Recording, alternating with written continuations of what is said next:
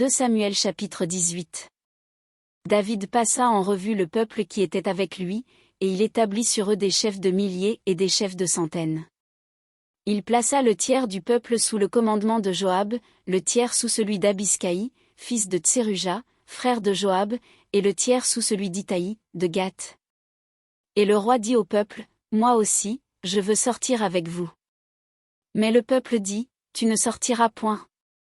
Car si nous prenons la fuite, ce n'est pas sur nous que l'attention se portera, et quand la moitié d'entre nous succomberait, on n'y ferait pas attention, mais toi, tu es comme 10 000 de nous, et maintenant il vaut mieux que de la ville tu puisses venir à notre secours. » Le roi leur répondit, « Je ferai ce qui vous paraît bon. » Et le roi se tint à côté de la porte, pendant que tout le peuple sortait par centaines et par milliers. Le roi donna cet ordre à Joab, à Abiscaï et à Itaï, « Pour l'amour de moi, doucement avec le jeune Absalom. » Et tout le peuple entendit l'ordre du roi à tous les chefs au sujet d'Absalom. Le peuple sortit dans les champs à la rencontre d'Israël, et la bataille eut lieu dans la forêt d'Éphraïm. Là, le peuple d'Israël fut battu par les serviteurs de David, et il y eut en ce jour une grande défaite de 20 000 hommes.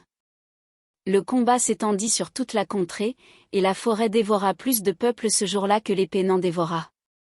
Absalom se trouva en présence des gens de David. Il était monté sur un mulet. Le mulet pénétra sous les branches entrelacées d'un grand térébinthe, et la tête d'Absalom fut prise au térébinthe, il demeura suspendu entre le ciel et la terre, et le mulet qui était sous lui passa outre. Un homme ayant vu cela vint dire à Joab, « Voici, j'ai vu Absalom suspendu à un térébinthe. » Et Joab dit à l'homme qui lui apporta cette nouvelle, « Tu l'as vu. Pourquoi donc ne l'as-tu pas abattu sur place?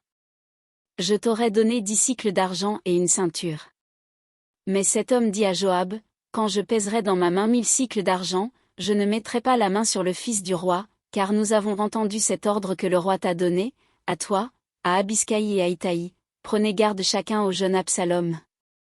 Et si j'eusse attenté perfidement à sa vie, rien n'aurait été caché au roi, et tu aurais été toi-même contre moi. » Joab dit, « Je ne m'arrêterai pas auprès de toi. » Et il prit en main 3 javelots, et les enfonça dans le cœur d'Absalom encore plein de vie au milieu du térébinthe. 10 jeunes gens, qui portaient les armes de Joab, entourèrent Absalom, le frappèrent et le firent mourir. Joab fit sonner de la trompette, et le peuple revint, cessant ainsi de poursuivre Israël, parce que Joab l'en empêcha.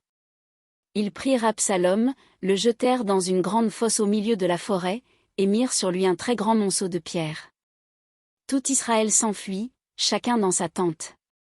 De son vivant, Absalom s'était fait ériger un monument dans la vallée du roi, car il disait, « Je n'ai point de fils par qui le souvenir de mon nom puisse être conservé. » Et il donna son propre nom au monument, qu'on appelle encore aujourd'hui monument d'Absalom. Ashima, fils de Tsadok, dit, « Laisse-moi courir, et porter au roi la bonne nouvelle que l'Éternel lui a rendu justice en le délivrant de la main de ses ennemis. » Joab lui dit, « Ce n'est pas toi qui dois porter aujourd'hui les nouvelles, tu les porteras un autre jour, mais non aujourd'hui, puisque le fils du roi est mort. » Et Joab dit à Cuski, « Va, et annonce au roi ce que tu as vu. » Cuski se prosterna devant Joab, et courut. Ashima, fils de Tsadok, dit encore à Joab, « Quoi qu'il arrive, laisse-moi courir après Cuski. » Et Joab dit, « Pourquoi veux-tu courir, mon fils? Ce n'est pas un message qui te sera profitable. » « Quoi qu'il arrive, je veux courir, reprit Ashima. Et Joab lui dit, « Cours. » Ashima courut par le chemin de la plaine, et il devança Cuski.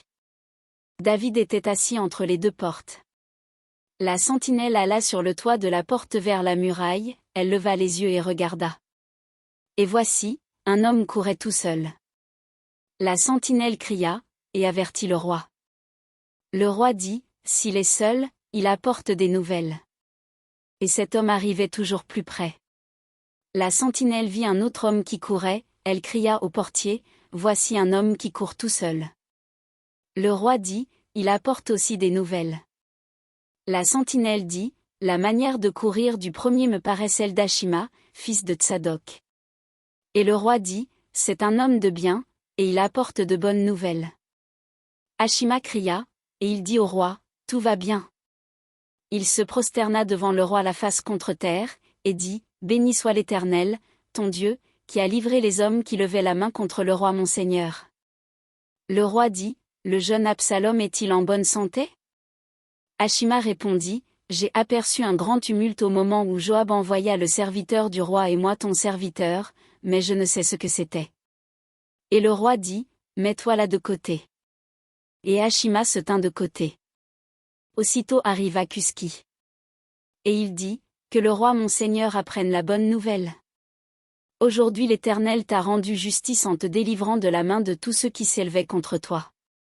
Le roi dit à Cuski, Le jeune homme Absalom est-il en bonne santé? Cuski répondit, Qu'il soit comme ce jeune homme, les ennemis du roi mon seigneur et tous ceux qui s'élèvent contre toi pour te faire du mal. Alors le roi, saisi d'émotion, monta dans la chambre au-dessus de la porte et pleura.